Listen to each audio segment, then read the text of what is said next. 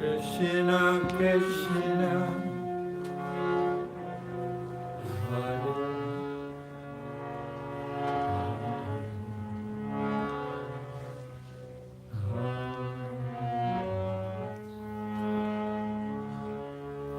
Hare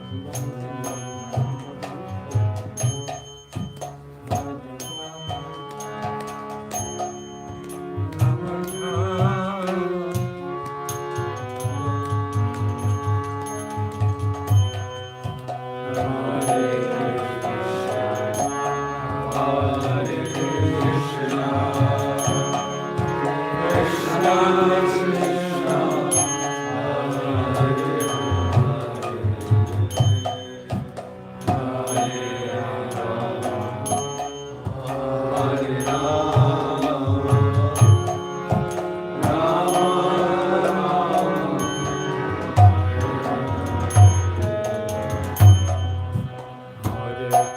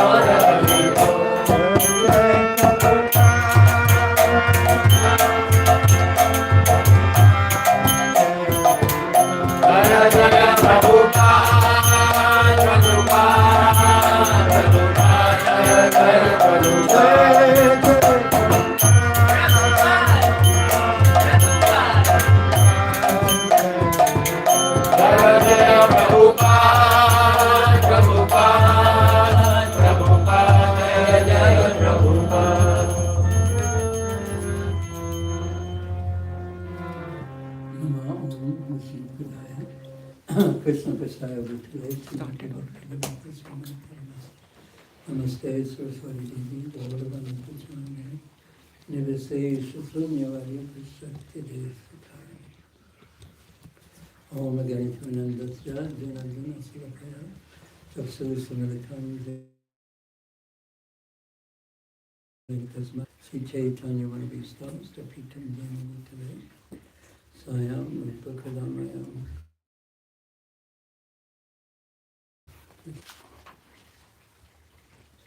Vanchakopa Chudasya, Kripasindu Vayavasa, Pakitaram Pabhinayo Vaishyadevam.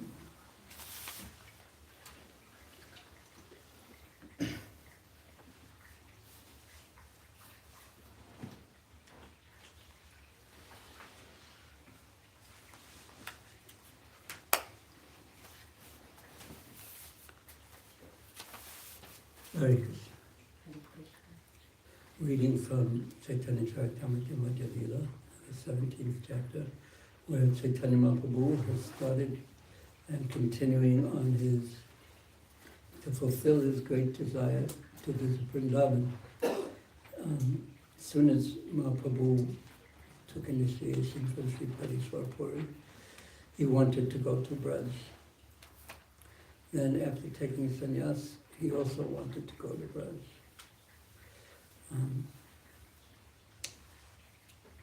But his time was now. And this, in one sense, is the essence of spiritual life. Srila Prabhupada, when he was preaching, the first thing he spoke about, practically speaking, was, of course, we are eternal souls. And what is the relevance of that?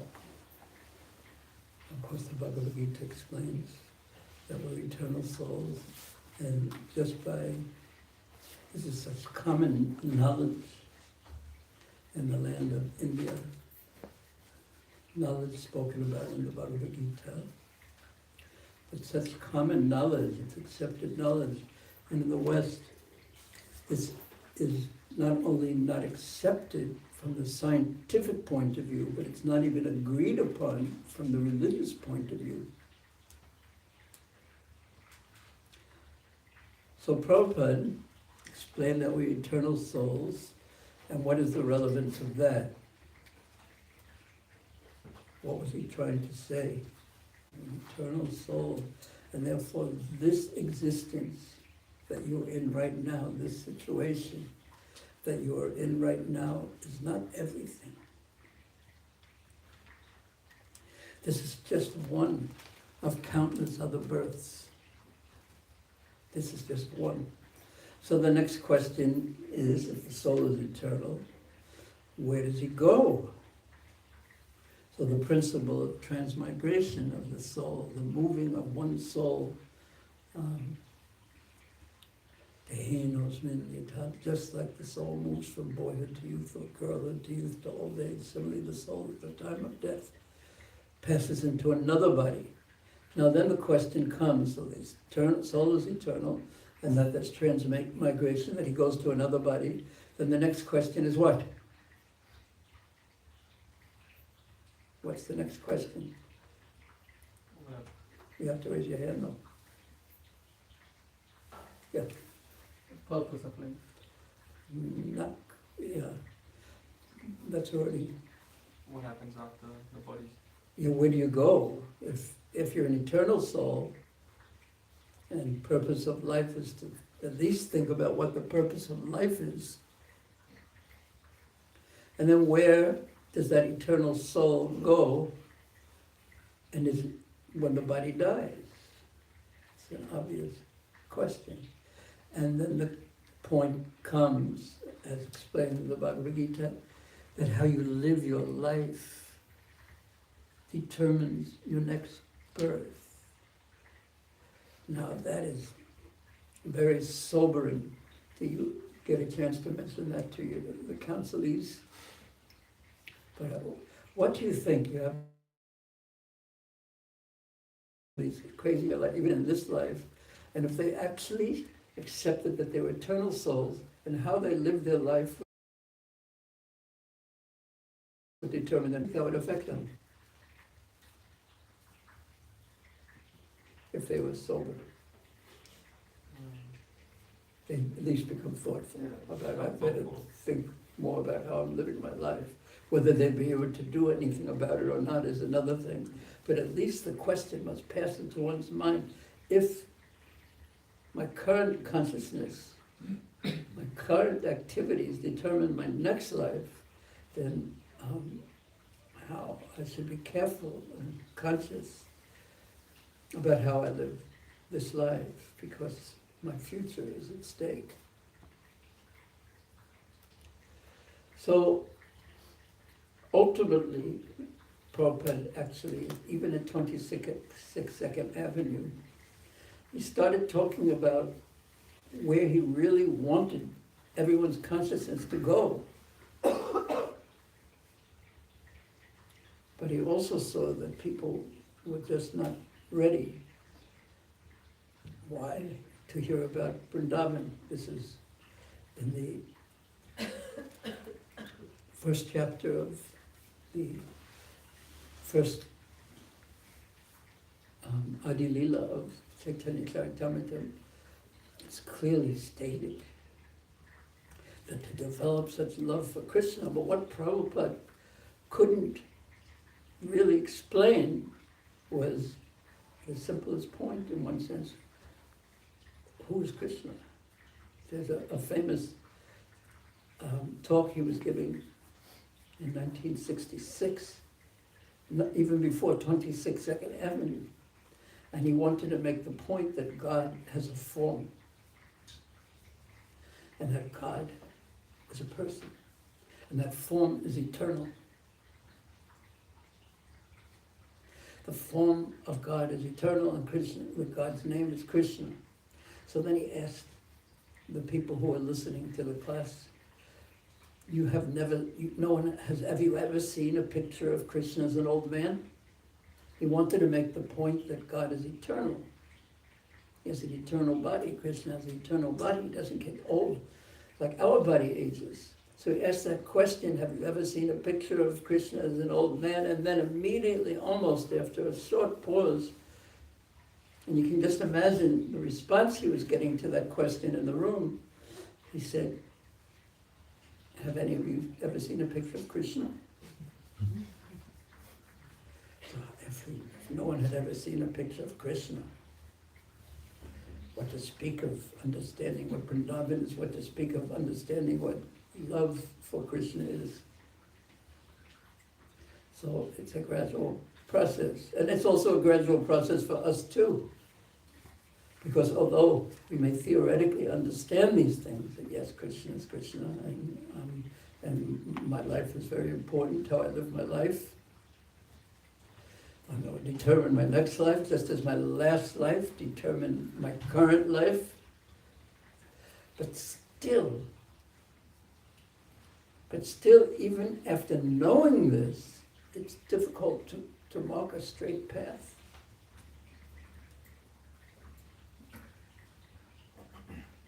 To Krishna. Why?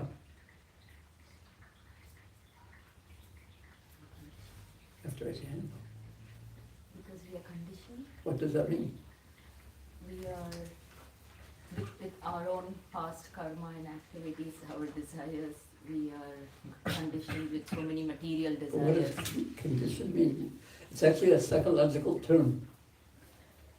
What does it mean? I am influenced by... Yeah, I would just, yes, influence, but I would just use a bit of a stronger word, controlled.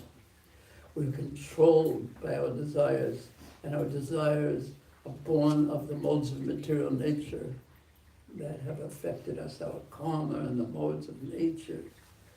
So even though we may know the right thing, we tend to do the wrong thing. How strong, how strong are the modes of material nature? And how strong is the mind affected by the modes of material nature? The power of the mind, Krishna says in the Bhagavad Gita, it says in the Bhagavad Gita, is awesome. And what makes it still more awesome, it can take unlimited forms. It can take a very sweet form, a very heavy form, an angry form, monstrous form, beautiful form. But if the mind isn't geared towards Krishna and using one's life properly,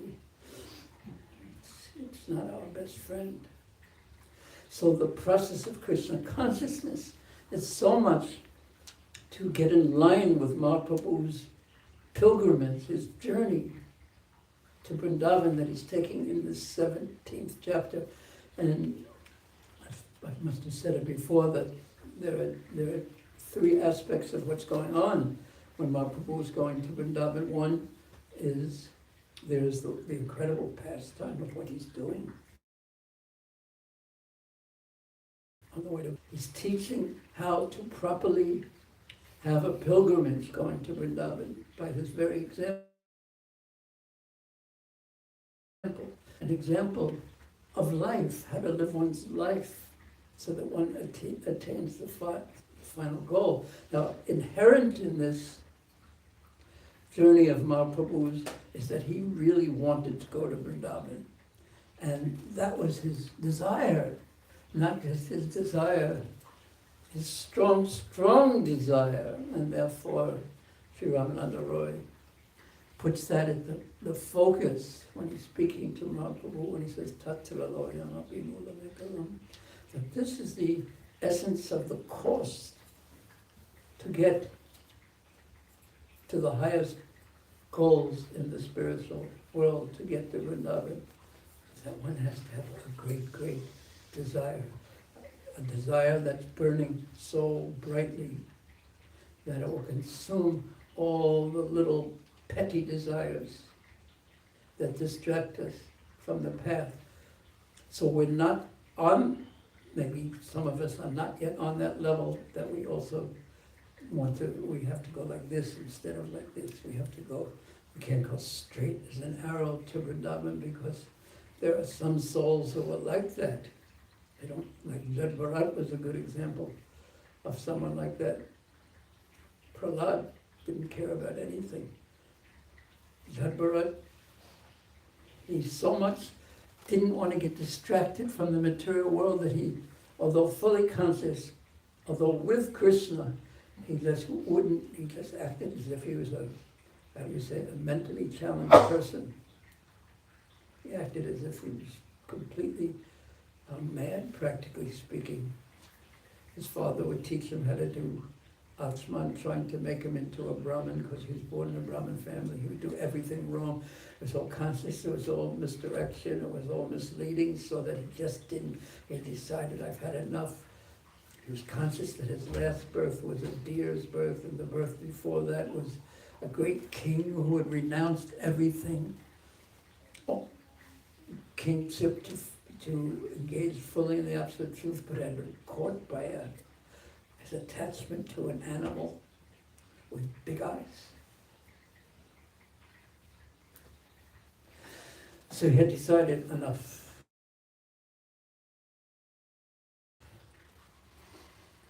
So we may not be that kind of a devotee who goes in that direction, but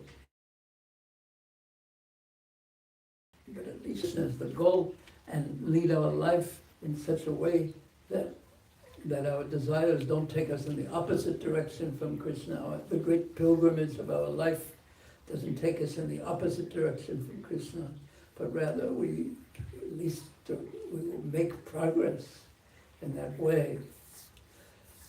So, in the process of that process, the process of increasing the desires to follow principles and to hear and chant about Krishna. Because the more, and Prabhupada's going to say it in this verse in purport, which I read some of last week, and I'll read today, that he talks about the process. So Mahaprabhu had gone through Jharkhand. He'd seen so many animals, tigers and deer and elephants, and by his potency, he cut to the souls of those creatures. Not cut the souls, because the soul can't be cut, but he cut through the material energy so that the soul itself in those animals was awakened and they became ecstatic, despite their animal bodies. And then, what we're up to last week, he saw people too. And although he tried to control his ecstasy, he was ecstatic. And it was so overwhelming that anyone who saw him became Krishna conscious. So that was Caitanya Mahaprabhu, this is the 51st verse. Did not manifest his natural ecstatic love as he was going through the forest, and he went through villages and things like that. Everyone became a pure devotee simply by seeing and hearing him. Just by seeing this ecstatic person, his beauty, his internal absorption, by hearing his chanting, it touched everyone. And they became Vaishnavas. Sakal dekera loko hoila Vaishnave. Now here's Prabhupada's purport to that verse. Simply by seeing and hearing him, they became overwhelmed with ecstasy. Prabhupada's purport. Srila Rupa Goswami has described Sri Caitanya Mahaprabhu as Mahavadhanaya Avatar, the most munificent or generous incarnation. Although Sri Caitanya Mahaprabhu was not physically present now, simply by chanting his holy name, Sri Krishna Chaitanya Prabhu Nityananda Sri Advaita Gadadhar Shiva Sari Gaura Bhaktivedanta, people throughout the world are becoming devotees. So although Mahaprabhu wasn't here, but the implication is that by chanting the names of the Panchatattvas described in Adi Lila, chapter 7, that the association can nevertheless be there with him. And by that association, one can actually become a devotee, even though we've been covered by... Okay, everyone take a moment and close your eyes and think of all, I'm not going to ask you to raise your hand to reveal it, but think of all the coverings you have. What are the things that cover your natural, full desire to love Krishna? Of course, we won't dwell on these things too much, but they're covering, because that's not us. They come, they go. What coverings do you have? And then in your mind, chant Krishna's names in your mind, with your hands in the air in your mind, and dancing in ecstasy in your mind. Okay, some of us outwardly manifest what's inside naturally. But chant Krishna's names really loudly and pray to the Vaishnavas, pray to Sri Caitanya Mahaprabhu Nityananda Prabhu. Pray that one day that the real you will manifest and blaze in its natural glory. Okay, Prabhupada's purport continues. So people throughout the world, by chanting, even though Mahaprabhu isn't present, they become pure devotees. Now he says that people are becoming devotees. He doesn't say that everyone is a pure devotee. But then he says, what causes one to be a devotee? This is very interesting. This is due to the ecstatic chanting of the holy name of the Lord. So because often when we chant, I might even say usually when we chant, we sort of invite the holy names into our mind. And most of the room in our mind is taken up by our mind.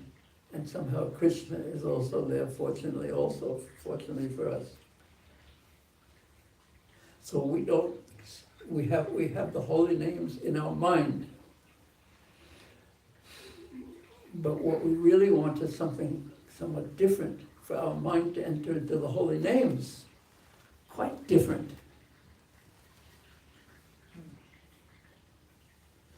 The mind to become absorbed in the world of Krishna, rather than the holy names just taking up a little space in our minds, which is mostly absorbed in the world of me. That's the essence of what material existence is to have a material mind that's centered around me, which is a great illusion, of course. Because the rest of the world isn't centered around me, but I'm thinking it is centered around me, so that's called illusion. So, people really become devotees due to the ecstatic chanting of the holy name of the Lord. So, in the 7th chapter of Adi Lila, it describes how by chanting the Panchatattva mantra, the names of Gaur and Nitai, then our offenses aren't taken into consideration, Namaparad. And therefore, it's our offenses that stop us from being ecstatic. It's our offenses that have us neglect the holy names as central, even though when we're chanting them. So, by chanting the Panchatattva mantra, and this is described in the 7th chapter, or perhaps the 8th chapter of Adi Lila, 8th chapter, then the offenses aren't counted, because there's no offense against chanting the Panchatattva mantra. And then, after becoming ecstatic, and then if we chant the Hare Krishna mantra, then we're in a different state of consciousness. We've entered into the world of the mantra instead of having the mantra having a little spot in the world of my mind, a little place. So that's what Prabhupada is speaking.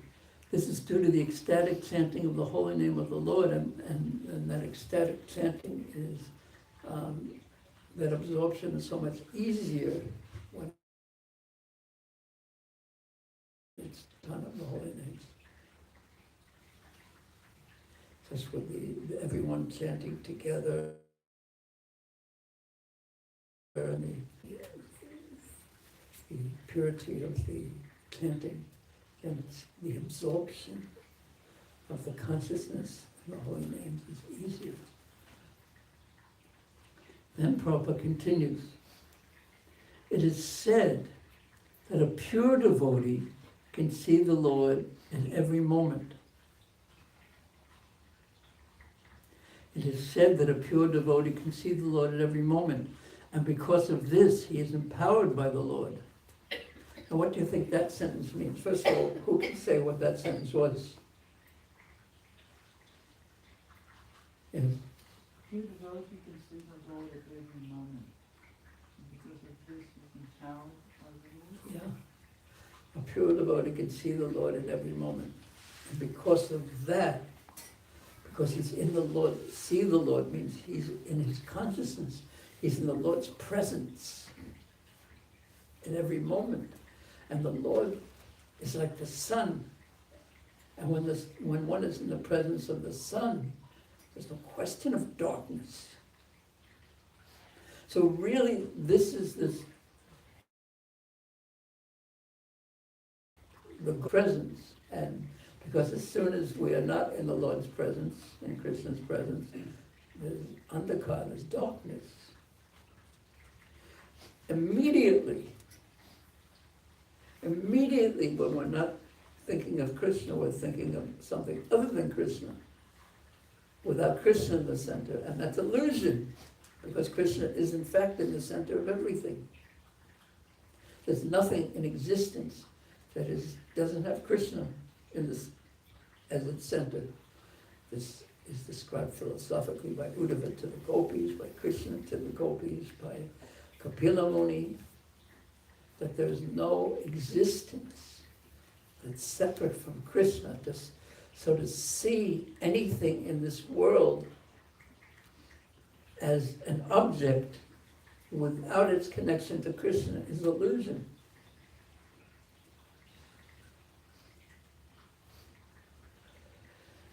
So, now, let's get practical. It is said that a pure devotee can see the Lord at every moment. What does that mean? What would that mean if you could see the Lord every moment? Yes? That you're connected to Him. Okay, give me an example. You see things happening. You see Him and things happening, yeah. Yes, He's in the center. Well, you'd have to see Him everywhere for Him to be in the center. So what does that mean? Everything that's happening. And now, okay, let's think of that for a moment. You see Him in everything that's happening. Yeah. See, everything is His. Yeah, you see everything is His, yeah.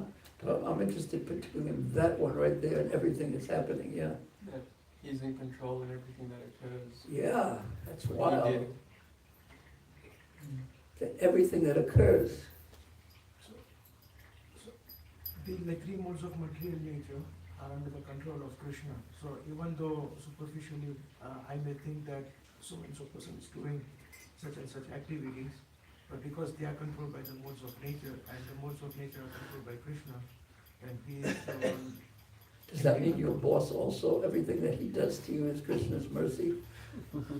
Well, how else are you going to see? There's that amazing pastime when, in the beginning of the third canto of the Bhagavatam, when Vidura speaks honestly to Duryodhana, says, don't, not to Duryodhana, he couldn't speak honestly to Duryodhana, but to Dhritarashtra, said, why are you listening to this son of yours? Why are you listening to him? He is envy personified, and he's so envious, he's even envious of Krishna. When you speak so directly the truth, there's an old American Indian saying, that Satyananda Maharaj used to say, that he who speaks the truth needs a fast horse.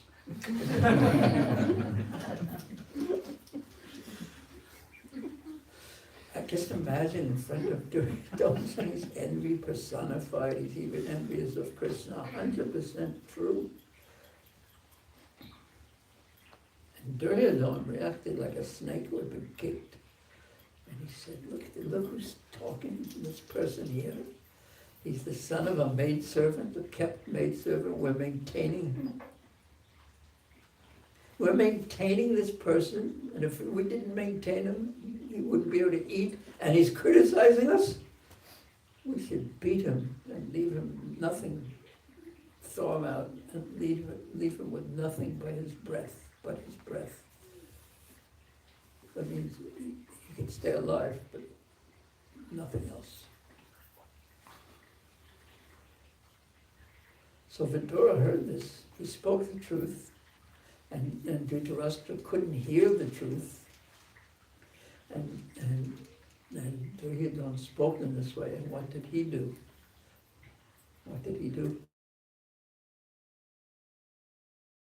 And what was his mood? Krishna's mercy pool.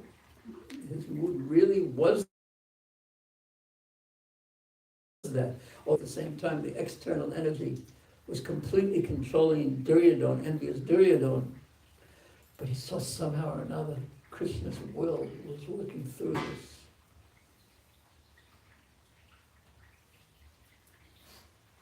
And he left.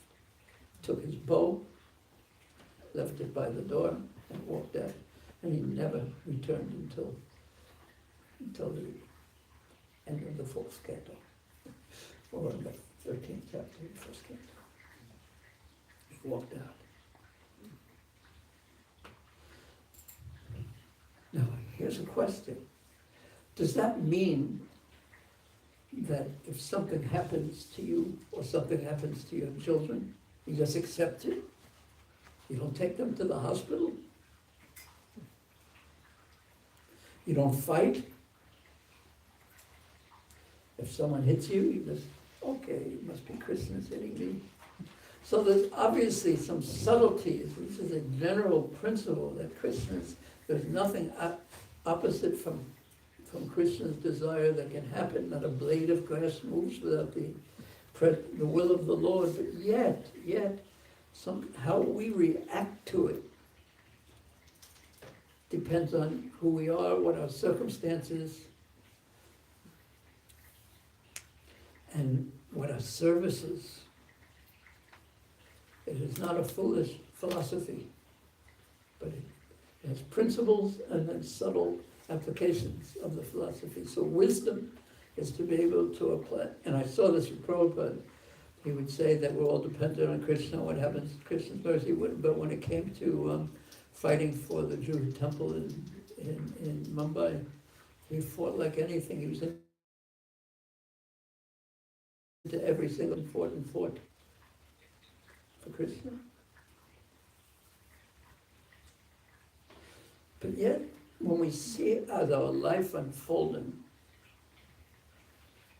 we should ask, what is Krishna? What is he telling me through all this? So with Vidura, he was telling him, now's the time to leave. Go. But who will take care of me? Duryodhana is right. I've been dependent. And this was his test. He walked out the door, did not turn around and look back. And this is what he was to learn. That Krishna, the same person who was taking care of him in the palace, will take care of him outside of the palace. That's what was to be learned. Adyasitam Purvatamara Mahakshavi Hamtila Swami Dilati Param Tamo Mukundadari Nisayavada, by holding on to the lotus feet of Krishna. This is the only protection in this world. And if we don't actually get that center in our life, somehow or another, if we don't have that as the central core of our existence, by Krishna's arrangement, he's going to teach us that. Slowly or quickly, depending on whether we're good or bad students. But he will teach us that, because he's very kind, and he wants us to learn that one thing.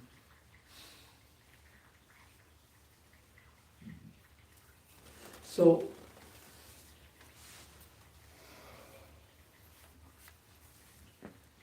people are becoming devotees. This is due to the ecstatic chanting of the holy name of the Lord. It is said that a pure devotee can see the Lord at every moment, and because of this he is empowered by the Lord. That means that he's dependent on Krishna, and he doesn't have a false ego, I am, and then Krishna can use him. He won't even take a small percentage for himself. I've heard or read Prabhupada say this. He said, for me it was always everything for Krishna, nothing for myself.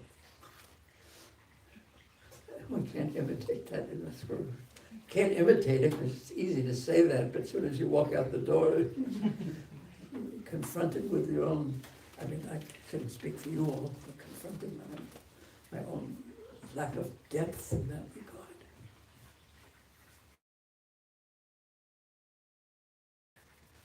And then he said after that, and I never complained. So maybe that's a good place. So there's more. This is confirmed because he's empowered by the Lord, because then your vessel, the vessel of your consciousness, can hold, it doesn't have any holes in it. It can hold whatever Krishna gives you. Whatever mercy Krishna gives you, whatever empowerment he gives you, it can hold it without, because what the leak is the selfishness, and I want something for me. I want a percentage for me. At least that everyone say, oh, he's such a nice person, a nice devotee, this, that. At least some percent, small percentage, okay, just put a little percentage. That tendency is so deep. That's what it means to have a false ego. The real ego is love for Krishna. That's what we really are, prema bhakti. So this is confirmed in the Brahma Samhita, Premandrina Torikta Bhaktivilochanena Santa Sadaiva Hridaye Suvalokayanti. Sri Chaitanya Mahaprabhu appeared 500 years ago, but it cannot be said that now the potency of the Hare Krishna Mahamantra is less than it was in his presence. By hearing Sri Chaitanya Mahaprabhu through the Parampara system, one can be purified. Here. And what is purified of everything other than love for Krishna. So the Bhaktivinoda Thakur tended to say this should be done slowly and gradually. So the Bhaktisiddhanta Saraswati Thakur tended to say immediately, immediately. He even said to one of Prabhupada's godbrothers that if you hear and understand the truth about your relationship with Krishna, and then someone comes and tells you that your house is burning down,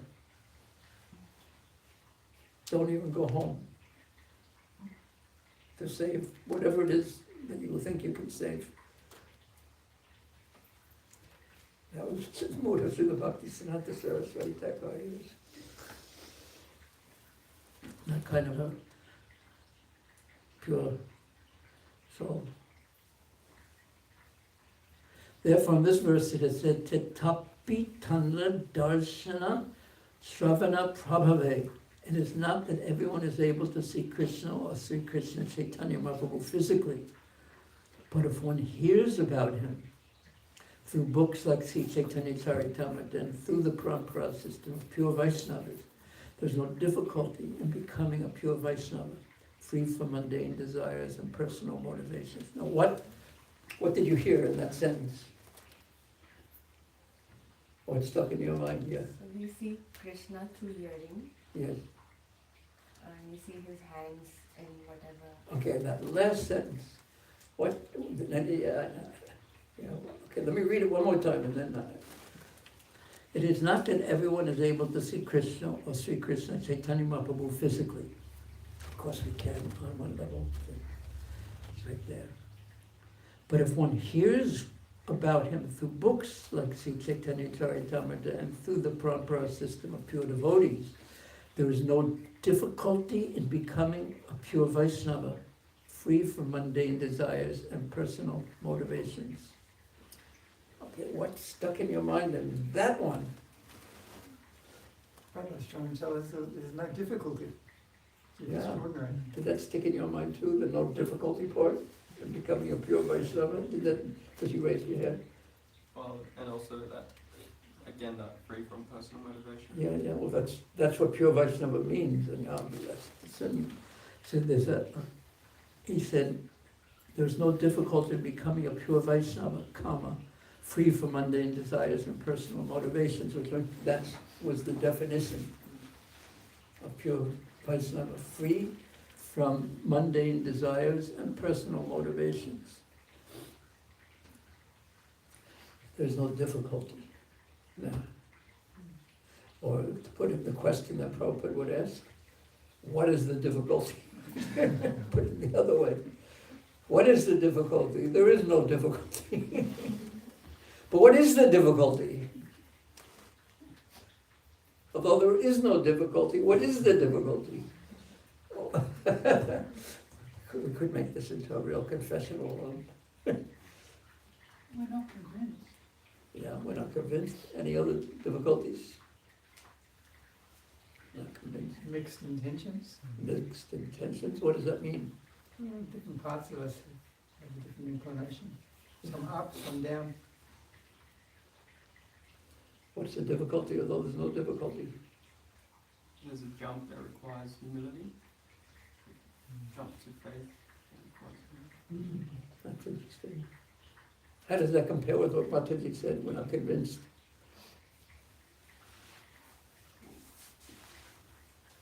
I have to accept I might not be convinced right now. Make that leap of faith. So what is the difficulty? I trust myself more.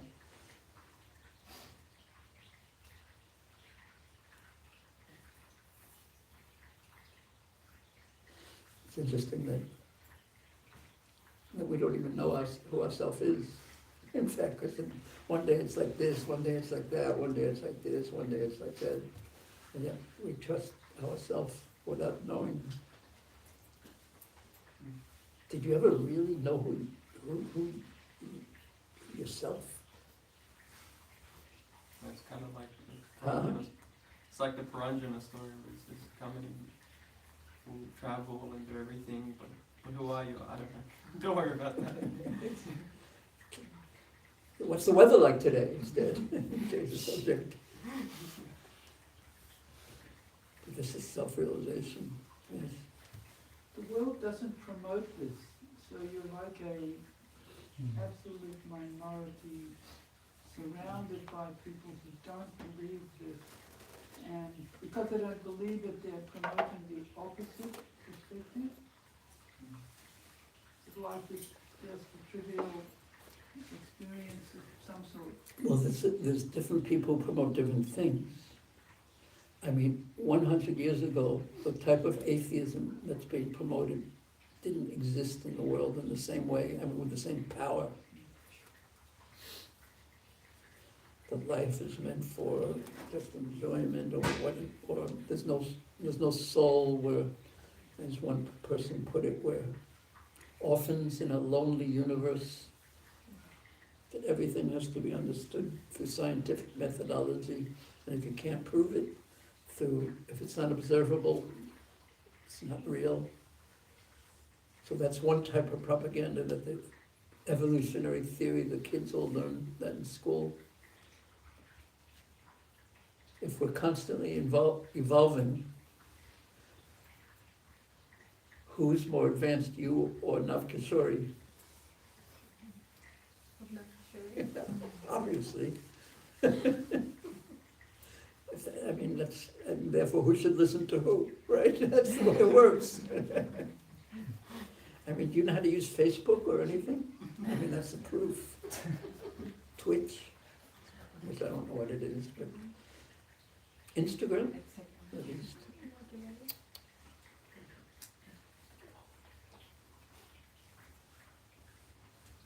Yeah. So that one type of there's the scientific indoctrination, and then there's the glitter of the technology that completely captivates everyone. Just complete glorification of the temporary, put in these kids' minds, and the parents. Do you babysit your children with a phone sometimes? Never mind, don't even reveal it. No. But, yeah, it's not very good for them, is it? It's good for you and temporarily, but you'll pay later for sure. Because try to take it away from them once they've been using the phone. Try and take it away from them. And if you really want to have fun, go into a supermarket and try to take it away from them. Then you'll see what Rajniti is. Your kid will cry and scream, and everyone in the whole supermarket will look at you, saying you're the worst, thinking you're the worst parent in existence. Has that ever happened? Many times. It's so embarrassing. What a world. And then chant Hare Krishna. And then the spiritualism is all impersonalism. The religions of the world, often they're mixed with desire for, like I actually saw this many years ago, and I was in Los Angeles, and there was a bumper sticker. That's how everyone puts forward themselves. And it said, Jesus wants you to be happy. And the S in Jesus was like a dollar sign. He wants you to be wealthy. Just pray for wealth. So there's karma, jnana, liberation. Everyone wants liberation. And then there's something called liberation theology, which means that it's just getting rid of capitalism. I mean, it's so mixed. Fear of God, fanaticism, and then here we say chant Hare Krishna, here Caitanya Caritamrta, develop love for Krishna. And then there was one, His Holiness Bhadrinath Maharaj, he had this, one of his many jokes was that one of his old friends saw him and said, well, how come you're into this Hare Krishna? And he said, no, I'm not into organized religion, that's why. In other words, I'm into disorganized religion. Welcome.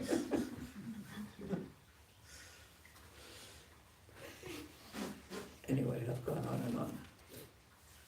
Any questions? Thank you.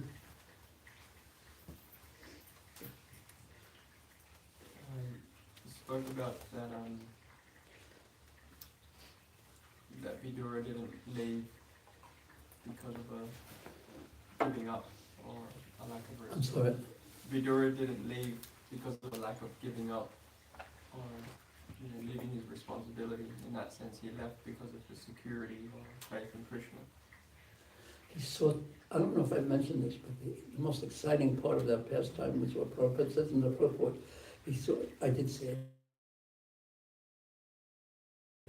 internal energy, Maya and Krishna's desire were working simultaneously. One was working on the other was working on him. Yeah, I'm sorry. So how can I better understand like a situation, whether that's work or anything, in terms of, I find I bring my own thing and I don't know if that's wanting to leave responsibility because of difficulty, or rather than this is a sign that perhaps what will be more beneficial is to look for a different alternative that Krishna is perhaps pushing towards. But it's so hard to know whether that's just my own. Yeah, it's difficult, so I want to drop the responsibility. I tried to mention that's the tricky part, in knowing what I should do in this circumstance.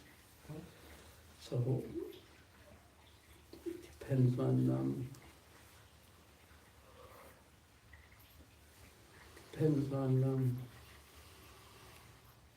what Krishna wants from you. So then the question is, how do you know what Krishna wants from you? So if Krishna wants you to stay and fight, or leave the battlefield, so Arjuna turned to Krishna for that. So if we don't, and even Sanatana Goswami, when not sure what to do, or the answer to his question was, why am I suffering? Tell me, who am I, why am I suffering? He asked Mahaprabhu to answer the questions, and Mahaprabhu replied that it is the nature of a sadhu to ask to confirm, even though you know the answer to this. So even though we may know the answer, we should always ask to confirm. And some people, when they ask to confirm, they're just informing, really, this is what I'm going to do, please give me your blessings. Okay, 2 rupees. Yeah, that's the tricky part, but if you, so, and then there's, to make it even more interesting, that sometimes if you ask someone who has your welfare in mind, he looks more in, because he's also thinking in 2 ways too. What's best for, what's your capacity? And sometimes we saw that with Prabhupada, he didn't care at all about what your capacity was. He just told you to do it. So there is trickiness in this, the whole thing.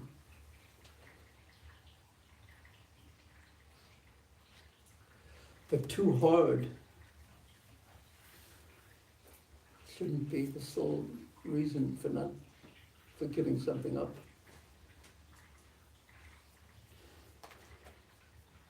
Because what's too hard at one point in your life may not be hard at all later. But sometimes you have to lift the weights to get your strength up. Is that okay? Yeah. So you just went through and explained a whole list of the difficulties, problems when Prabhupada says, what is the difficulty? Yeah, yeah. And everyone could relate for what we face. So then why can you say there is no difficulty if all those things are there challenging us so much? So why did Prabhupada say that, and why does he say that here? Because he's on another plane. He's on another level where none of those things challenge him. He has no fear from them. Whereas where we are, there's so many Yeah. things. So my answer to that is that if we were to just hold on to his order for dear life, like someone's fallen in a well and someone puts down a rope, and if you held on to that rope, then there's no difficulty about getting up because you have all those strong people pulling you up. So the difficulty is, weakness in holding on. Yeah. But that's real sometimes. Okay, you put sometimes to protect yourself. But from Prabhupada's point of view, it wasn't real, obviously. Yeah. This is the reality of the mind. So what's the difference between real sometimes and illusion? So, for us conditioned souls, it didn't always. But Prabhupada insisted there is no difficulty. Because if we would just hold on to his instructions, the instructions of Krishna, which meant controlling the mind, and therein lies the difficulty. And therefore, we say you create the difficulty, means that your mind doesn't hold on. So the difficulty is one of the mind, not an egg. So the enemy is within, not externally. So the difficulty is our lack of, you could say, lack of sincerity, lack of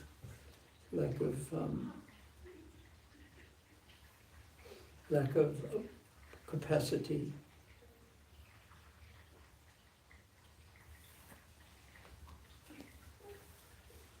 What do you think? Well, I think there's lots of difficulty.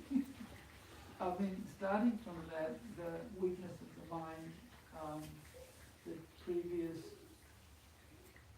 sinful activities and materialistic desires, there's a lot that feels like pushing, sometimes it feels like it's pushing against the wind.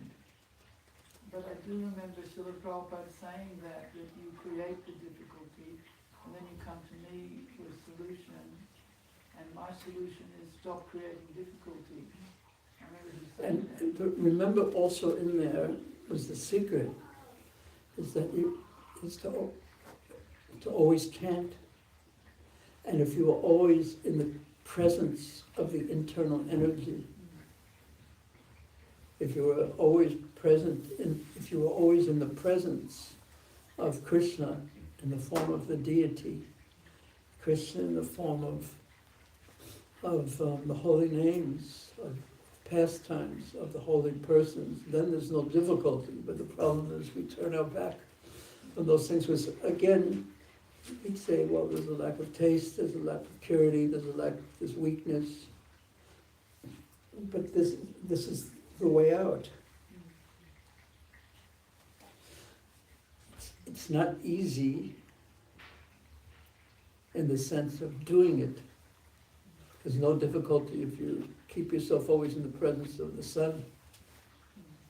But there's plenty of difficulty if you turn your back on the sun, and that's what the example that Prabhupada gave. That if the sun is there for everyone, but if you go in your room and close the blinds, what can the sun do? So the question is, who should take responsibility? And if we don't take responsibility for ourselves, then what hope do we have to move forward?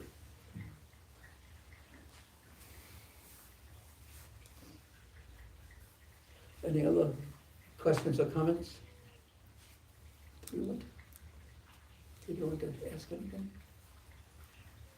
Actually, my question was quite related to Mataji's question, that like, even though we know that the process is pure and it's easy for us to become pure by following everything properly and giving our 100%, but still sometimes, even after practicing Krishna consciousness since many years, sometimes we are not able to give that 100% because of we have some strong either attachments or conditionings or some laziness also might sometimes, and that is still stopping us, like, you know, we are not getting there. So, Of course. so how do we, I mean, of course you answered that chanting will help, but how do we See, the way that Prabhupada taught and the great teachers taught from their platform, they teach the ideal. This is what you should do. Now from that, and therefore you jump, you try your best to jump to the ideal. But if he was always, oh, it's so hard, you know, we know that it's so hard, and the mind is so strong and desires are so strong, then we would say, okay, let's rest a little bit more now. So he spoke from the ideal platform, and he can do that with such power because he was so ideal.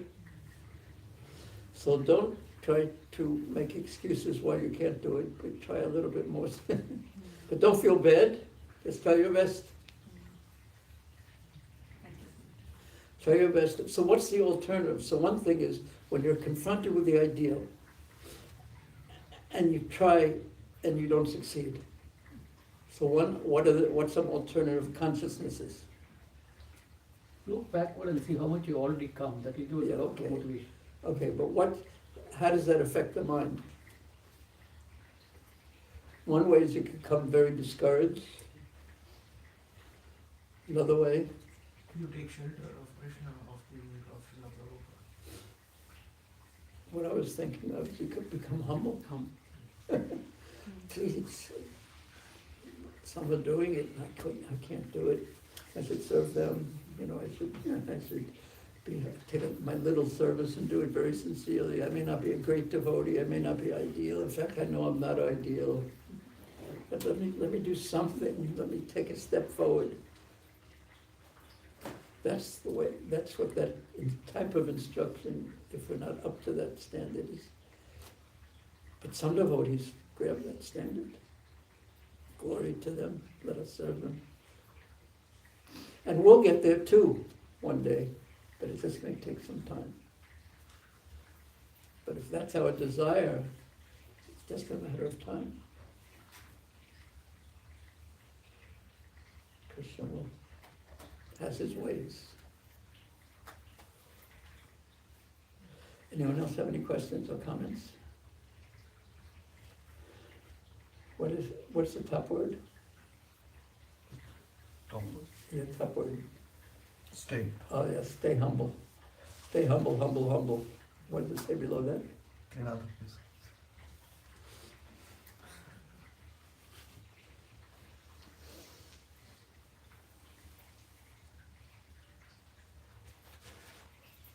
Where did you get that? You have the best collection of hoodies of anyone I know. India. Where did you get that? India. Where? There was a website called devotionalfashion.com. Devotional what? Devotional fashion.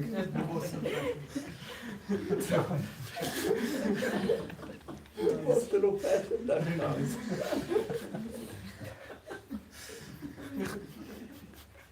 How many did you get? For 6-7 hoodies and 6-7 t-shirts. Oh, that's good.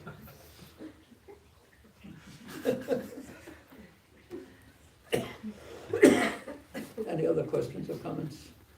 Okay, well then. To the Prabhupada,